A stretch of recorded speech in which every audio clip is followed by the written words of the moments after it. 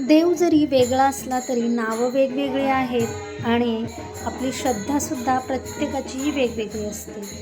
कुणाची कशावर असते, कुणाची महादेव, कृष्ण, प्रत्येकाची वेगवेगळी असते. पण मी आज स्वामी समर्थ केंद्रात कधी असं योग आलं तरच जाते, पण असं म्हणजे रेग्युलरली जात नाही. पण यावेळेस असं योग आला, पण तिथं गेल्यावर एवढी प्रसन्न वातावरण, तिथलं भजन म्हणा, केंद्र स्वामीचं असलं तरी भजन मात्र प्रत्येक देवावर होत होतं. तिथं जाऊनसुद्धा वाटलं की मला देव एकच आहेत, फक्त त्याची नाव आणि रूपं ही वेगवेगळी आहेत.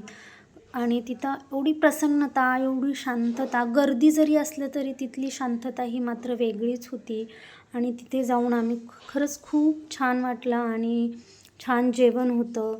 जेवणसुद्धा केलं आणि घरच्यापेक्षा तिथं कितीही कसंही साधं राहू द्या, पण जेवण मात्र खूप छान आणि पोट भरतं आपलं. असं हे स्वामी समर्थाचा आजचा गुरुवार खरंच खूप छान आणि असं म्हणजे आठवणीत राहण्यासारखं झालं. खूप दिवसापासून जायचा विचार होता, पण कितीही जवळ असलं तरी देव बोलवल्याशिवाय आपण कुठे जाऊ शकत नाही, एवढं मात्र नक्की आहे.